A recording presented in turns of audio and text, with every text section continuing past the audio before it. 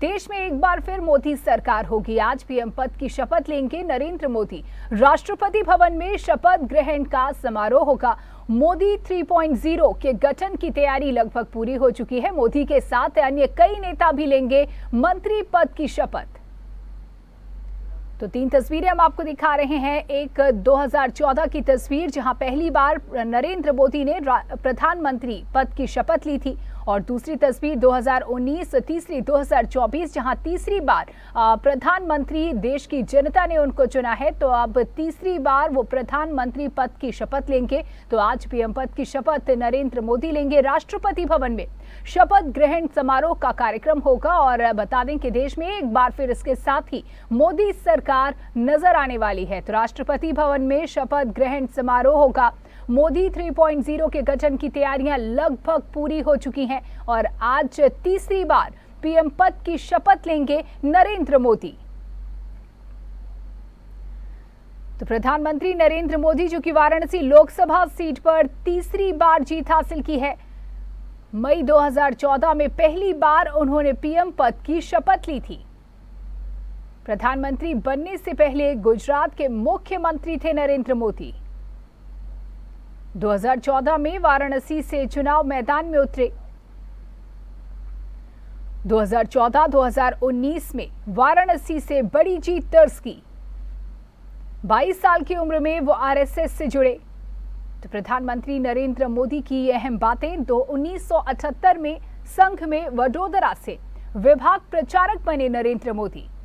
1980 में नरेंद्र मोदी संभाग प्रचारक बनाए गए। संभाग प्रचारक की जिम्मेदारी उनको दी गई। वहीं 1988 में नरेंद्र मोदी बीजेपी का हिस्सा बने। 1987 में ही गुजरात के यूनिट में संगठन महासचिव बनाए गए। इसके साथ ही 1995 में दिल्ली आए और पार्टी के राष्ट्रीय सचिव बने नरेंद्र मोदी। 1998 में बीजेपी के राष्ट्रीय महासचिव की जिम्मेदारी उनको दी गई। नरेंद्र मोदी 2001 में पहली बार गुजरात के सीएम यानी कि मुख्यमंत्री बनाए गए, लेकिन गोधरा कांड की वजह से साल 2002 में सीएम पद से उन्होंने इस्तीफा दे दिया था। 2002 में मोदी की अगुवाई में बीजेपी ने बड़ी जीत हासिल की थी, और 2002 में मोदी दूसरी बार गुजरात के मुख्यमंत्री बने। 2007 में लगातार तीसरी बार राज्य की सत्ता को नरेंद्र मोदी ने संभाला। इसके साथ ही आपको बता दें कि 2012 में मोदी चौथी बार गुजरात के मुख्यमंत्री बने। 2014 में मोदी दिल्ली आए और केंद्र की राजनीति में शामिल हुए, और इसी साल यानी कि 2014 में ही बीजेपी ने शानदार जीत हासिल कर पूर्ण बहुमत हासिल किया, और 2014 में नरेंद्र मोदी देश के 14वें प्रधानमंत्री बने। तो प्रधानमंत्री नरेंद्र मोदी और उनका ये राजनीतिक सफर। 2014 में पहली बार प्रधानमंत्री नरेंद्र मोदी ने पीएम पद की शपथ ली, और उसके बाद 2019 और अब आज यानी कि 9 जून 2024 को तीसरी बार वो प्रधानमंत्री पद की शपथ लेंगे। लेकिन वाराणसी से वो चुनाव मैदान में उतरे थे, और ये साल था 2014 के बाद 2019 में भी वाराणसी से पीएम नरेंद्र मोदी ने बड़ी जीत हासिल की थी। और अब बात अनुराग ठाकुर के राजनीतिक सफर की। तो ये वो मंत्री जो कि मोदी कैबिनेट में संभावित मंत्री हैं, इन्हें जगह मिल सकती है। और ऐसे में आपको बता दें, अनुराग ठाकुर का यह राजनीतिक सफर ऑल इंडिया भारतीय जनता युवा मोर्चा के राष्ट्रीय अध्यक्ष रहे हैं अनुराग ठाकुर। 2008 से उन्होंने अपने राजनीतिक सफर की शुरुआत की है। इसके साथ ही बता दें कि 2008 में ही पहली बार हमीरपुर संसदीय उपचुनाव में वो सांसद चुने गए थे, और इसके साथ ही उनके राजनीतिक सफर की शुरुआत हुई थी। हमीरपुर सीट की अगर बात करें तो हमीरपुर सीट से अनुराग ठाकुर का दबदबा माना जाता है। हिमाचल प्रदेश के 24 अक्टूबर 1974 को अनुराग ठाकुर का जन्म हुआ था। वहीं 2016 में वो बीसीसीआई के अध्यक्ष भी बने थे। तो ये सफर अनुराग ठाकुर का हिमाचल प्रदेश की हमीरपुर लोकसभा सीट से उन्होंने अपनी जीत को दर्ज कराया, लेकिन राजनीति में आने से पहले वो सैन्य अधिकारी के पद पर कार्यरत थे। तो ये सफर अनुराग ठाकुर का, जहां ऑल इंडिया भारतीय जनता युवा मोर्चा के वो राष्ट्रीय अध्यक्ष भी रह चुके हैं, और 2008 से उन्होंने अपने राजनीतिक सफर की शुरुआत की। बात अब निर्मला सीतारमण की, जो कि 2008 में बीजेपी में शामिल हुई। तो 2008 का वो साल जब बीजेपी में निर्मला सीतारमण शामिल हुई। इसके बाद 2003 से 2005 के दौरान वो राष्ट्रीय महिला आयोग की सदस्य भी रहीं।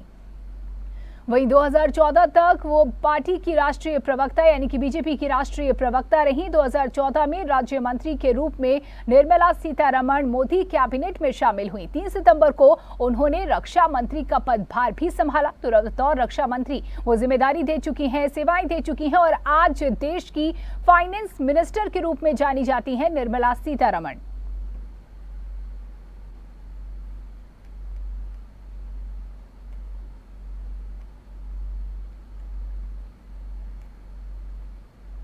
और अब बात राजनाथ सिंह की, जो कि भारत के 29वें रक्षा मंत्री हैं।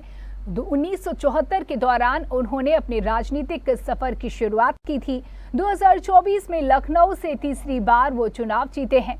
तो राजनाथ सिंह का राजनीतिक ये सफर, बता दें कि राजनाथ सिंह वाजपेयी सरकार में कृषि मंत्री भी रह चुके हैं। 1991 में यूपी के शिक्षा मंत्री रहे हैं राजनाथ सिंह।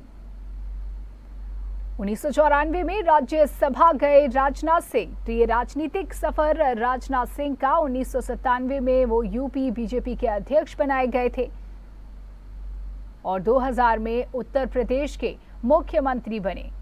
तो साल 2000 में उत्तर प्रदेश के मुख्यमंत्री बने राजनाथ सिंह। 2014, 2019 में लखनऊ से सांसद बने थे, यानी इससे पहले भी 2 बार वो लखनऊ से सांसद रह चुके हैं। 2009 में गाजियाबाद से सांसद निर्वाचित हुए थे राजनाथ सिंह और भारत के 29वें रक्षा मंत्री के रूप में राजनाथ सिंह को जाना जाता है।